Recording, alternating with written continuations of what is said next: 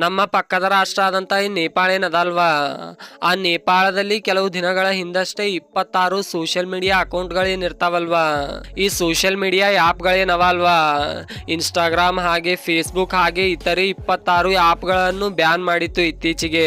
ಆ 26 ಆ್ಯಪ್ಗಳೇನವ ಅಲ್ವಾ, ಆ ಎಲ್ಲಾ 26 ಆ್ಯಪ್ಗಳು ದೇಶ ವಿರೋಧಿ ಕೆಲಸ ಮಾಡ್ತಾ ಇವೆ ಅಂತ ಕಾರಣ ಕೊಟ್ಟು ಅಲ್ಲಿನ ಸರ್ಕಾರ ಅವುಗಳ ಮೇಲೆ ಬ್ಯಾನ್ ಹಾಕಿತ್ತು. ಈ 26 ಆ್ಯಪ್ಗಳೇನವ ಅಲ್ವಾ, ಆ ಆ್ಯಪ್ ನಲ್ಲಿ ಮೆಸೆಂಜರ್ ಆ್ಯಪ್ ಹಾಗೆ ವಾಟ್ಸಪ್ ಕೂಡ ಸೇರಿತ್ತು. ಇದರಿಂದ ಅಲ್ಲಿನ ಏನ್ ಸಾರ್ವಜನಿಕರು ಇರ್ತಾರಲ್ವಾ, ಅವರಿಗೆ ತುಂಬಾ ಹೊಡೆತ ಆಗಿತ್ತು ಅಂತ ಹೇಳಲಾಗ್ತಾ ಇದೆ.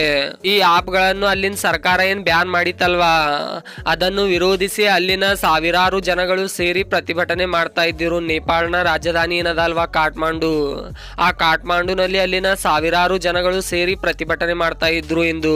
ಆ ಪ್ರತಿಭಟನೆಯಲ್ಲಿ ಇದುವರೆಗೂ 14 ಜನ ಸಾವನ್ನಪ್ಪಿದ್ದಾರಂತ ಸುದ್ದಿ ಮಾಧ್ಯಮಗಳು ವರದಿ ಮಾಡ್ತಾ ಇವೆ. ಈ ಸಾವಿನ ಸಂಖ್ಯೆ ಇನ್ನೂ ಕೂಡ ಹೆಚ್ಚಾಗಬಹುದು ಅಂತ ಹೇಳಲಾಗ್ತಾ ಇದೆ. ಹಾಗೆ ಅಲ್ಲಿ ಪ್ರತಿಭಟನೆ ಏನೈತಲ್ವಾ, ಆ ಪ್ರತಿಭಟನೆಯಲ್ಲಿ 90ಕ್ಕೂ ಅಧಿಕ ಜನಗಳಿಗೆ ಗಾಯವಾಗಿದೆ ಅಂತ ಹೇಳಲಾಗ್ತಾ ಇದೆ.